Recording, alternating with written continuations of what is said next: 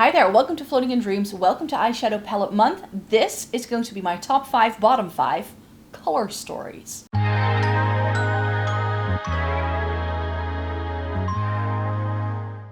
Welcome to everybody watching today. Thank you so very much for joining me. You are watching another installment of my Eyeshadow Palette Month extravaganza here on the channel, which includes a giveaway and daily videos, so I hope you'd like to stay tuned for more, because I will be posting a lot more this month. And today I thought we could chat about some of my favorite color stories, but also some of the color stories that I think are a bit meh, even though I may like the palette a lot. Let's get to it, because I have a lot to chat about today. Before we get into it though, I would like to say a little bit more about what you can expect from the channel and introduce myself. My name is Mike. I've been a content creator for more than a decade. I have fair skin with a culture neutral undertone, and eyeshadow palettes are pretty much the bread and butter of this channel. So if this is something you're interested in, then I hope you'd like to consider subscribing. So as per usual, with my top 5, bottom 5 style videos that I like to do, I like to talk about things that don't work for me first, and then I like to talk about the things that I do really enjoy and why I enjoy those the most. With this video, usually I do this for a brand, so I just recently did one for ColourPop, where I talk about some things that ColourPop does that I think aren't worth your money, and then things that I think do work for me a lot and can be worth your money. Today's top 5, bottom 5 is going to work slightly differently. This is much more of a hypothetical, because these are things that I all have, like I do have these in my collection, so I do enjoy them. I really enjoy all of these products, so I don't think they're bad. It's just that if I think of where my preferences lie for color stories, then my top 5 color stories are definitely far more like what I'm looking for and what I'm currently really interested in, whereas the bottom 5 all have something about them that made me go like, yeah, this is good eyeshadow, but. And as I was putting this video together, I found that for the bottom 5 category, I could find so much, because I feel there's always something wrong with a color story. So that's where I'm coming from with this video today. So let's get to this bottom 5 first. The most shocking one, but if you're familiar with my content, this may not come as a shock at all, but Natasha Denona. And I'm holding up the retro palette because if you're familiar with my content, then you know that I have reorganized pretty much all of my Natasha Denona midi-sized palettes. None of these have the original color stories anymore, because I thought the original color stories were bland. So if we're talking about a top 5, bottom 5 color stories, I knew I had to feature Natasha Denona, because this is one of my favorite brands for eyeshadow. If you want really good high quality eyeshadow, I highly recommend you try some Natasha Denona. I really, really do. But if you're looking for exciting color stories that are gonna give you like light and dark, and it just isn't there. Every single Natasha Denona color story that she puts out always has warm tones in, even if the palette is a little bit more cool toned, and it's very mid-tone heavy. So if you're super fair, it's probably going to be too dark for you, and if you are super deep, it's probably going to be too light for you. So I don't feel like Natasha Denona is necessarily giving us the colors that I'm looking for. I really rate the formula though. I love the different textures we get. I love that we're getting a really good mix of shimmers and mattes. That I love about Natasha Denona. But purely looking at the color stories, there's a reason why I wanted to rework all of those palettes, because I think I have 6 of these and 4 of them have been rearranged. So I know this doesn't exist, but I made myself a different retro palette. These are mainly shades from the retro, I think, but I think there are some shades in here from the Glam. There are some shades in here from the My Dream palette. There may even be 1 or 2 shades from the retro Glam in here, because those are the 4 I reorganized. So yeah, this I love, because I have gone back to my Natasha Denona reorganized color stories to see if I like it better, and I like it better. But I don't feel, especially for a brand this expensive, that you would have to go to resort to rearranging your color stories in order to get the vibe you want. I just want it to be perfect. And these aren't perfect, color story-wise. Everything else, the packaging, the formula, the different textures we're getting, the way the looks come together for me, that's what's really excellent. But the color stories of Natasha Denona are always just a little bit drab. Speaking of drab color stories, I think the king, and I just pulled one example from my collection, but the king of drab color stories is K-Beauty. Any K-Beauty palette is just going to look very bland compared to what we're used to from like indie brands and other places. This is the Clio Walking on the Cozy Alley. Yes, I got it right the first time. And this is nice. This is good quality eyeshadow. We only get one shimmer. What's up with that? And if you get shimmers in K-Beauty palettes, they're often very shimmer heavy and very glittery and a little bit sticky with sometimes like little stars in. It looks really cute, but it's very limited in what you can do with it. And then of course, we have the gradient from light to dark. What gradient? What gradient? There is no gradient here. This is incredibly light. It's incredibly sheer. I love my K-Beauty palettes for that reason. If I want to go for the sheer wash of color, I think a K-Beauty palette definitely takes the cake if that's what you're looking for, and I feel they're very much slept on. However, if this is the only thing you've tried from K-Beauty, there are definitely good ones. They do nice things. But if you've tried something that's pretty much this, where every shade is almost identical, I can understand why a lot of people don't think that K-Beauty has a lot to offer, because it's sheerer, because you need to build it up a little bit more. But if you love washes of color, and if you're someone, which I know a lot of makeup users actually are, who uses the same shade every single day, and you have a palette like this, I mean, this is going to last you a lifetime, because you can just take a different shade and the look will never really alter from what you did the day before. So if you go through it completely, like through a single pan completely, you can just take the one right next to it and you will still get the same look. So for a lot of people, and I think the casual makeup user, these palettes can be really lovely. And I definitely think that what we need to stop doing within the online beauty community, and I see this in my comments so often, where people say things like, oh, how can you like K-Beauty over indie brands? And I'm like, they do something differently, and I appreciate the difference that they give me, because I like both. I like the sheer wash of color, but I also like boom pigment. I need to blend for days, and I need both of them in my life.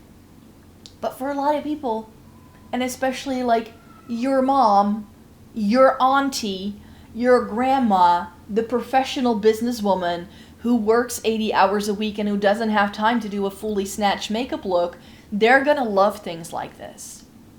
There's a reason why Dior is still around and sticks around and keeps doing makeup. Because you're not the target audience. If you love indie eyeshadow palettes and that's the only thing you think is great eyeshadow. It's great eyeshadow, but not for everyone. So, really appreciate the quality of the Clio Walking on the Cozy Alley, but color story-wise, it could definitely use a little bit more contrast and at least 2 more shimmers. Just saying. If we then talk about sheer washes of color, I think the Glossier Monochromes are great. I love this eyeshadow formula. I'm holding up Mist, which is my favorite of the 2 I have. This gives you a little bit more interest than the K-Beauty because you get a matte, a shimmer, and a metallic, but I need something to deepen it up with. Where is my liner shade? It's not here. And I tend to prefer using eyeshadow as liner. I don't want to go in with another product. I'm just lazy like that. So sure, I could use like an eyeliner or maybe like a liquid liner with this or a pencil liner, or maybe I can use like an eyeshadow stick underneath it to deepen it up. Those are all options. I know. Can I make this work the way I want it to? Yes, for sure. I've got plenty of eyeshadow. But this, I can again understand why not more people are raving about these. It's simple. It's easy. It's a sheer wash of color for the most part, which is not what a lot of people who rave about eyeshadow palettes usually love. But guess what? So many people are saying eyeshadow palettes are dead. Eyeshadow palettes aren't dead. Things like this is where we're going to. I think the fully pigmented, like full glam eye look like I'm wearing today, That's what's being, like, discontinued, what's no longer in style. But something sheer and beautiful and pretty and just a little bit of that hint of shimmer on the lid, that is what's still going strong. One and done shadows, quick, easy eye looks, that's what it's all about. And a sheer wash of color like the Glossier Monochromes are perfect for it, but I'm definitely missing something here. And then a palette I was truly disappointed by when it comes to the color story. It's by Glamshop, another one of my favorites. This is the Veri Peri palette. It's a full-on periwinkle palette. What's not to love?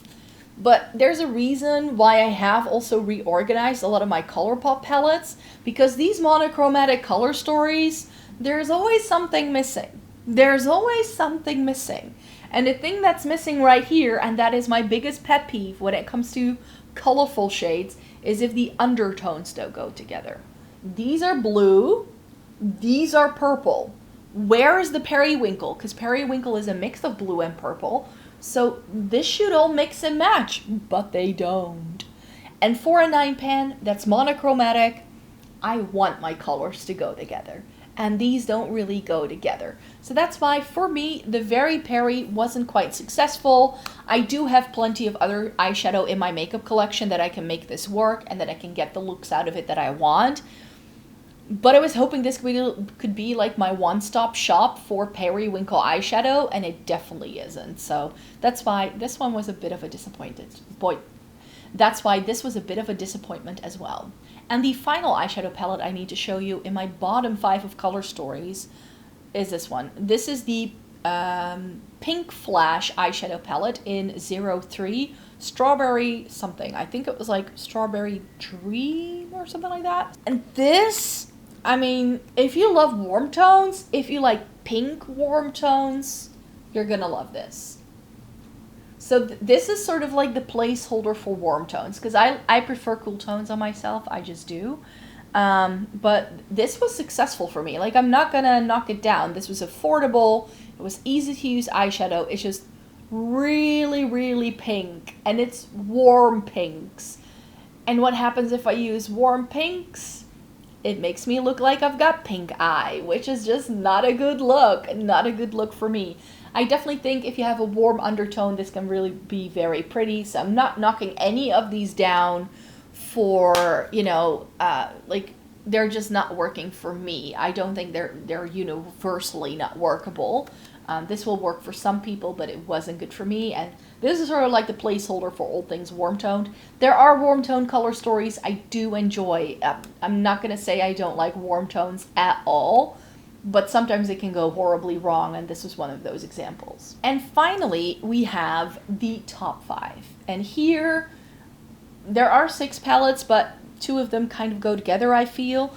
And I think this way you can really get a vibe for what I love. What I love in terms of color stories. And the first one I instantly thought of as like, wait, what is just going to be a great color story?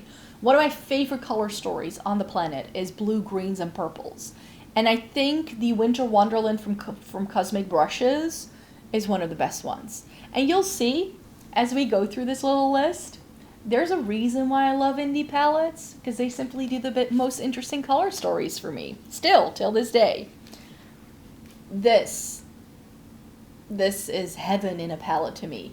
We have the purples, we have the blues, we've got the green tones. It's got a really nice mix. There are some multi-chromes in here. I don't need multi-chromes in my palettes to be excited for them. But I think it's a nice addition sometimes, and here I just get all the colorful shades that I could possibly want. I really rate this very highly in terms of the color story it has, but I also think Cosmic Brushes has a really lovely formula. So I'm not going to knock it down for that either. This is one of my favorites in my collection for a reason. I look at this and it instantly makes my heart go aflutter.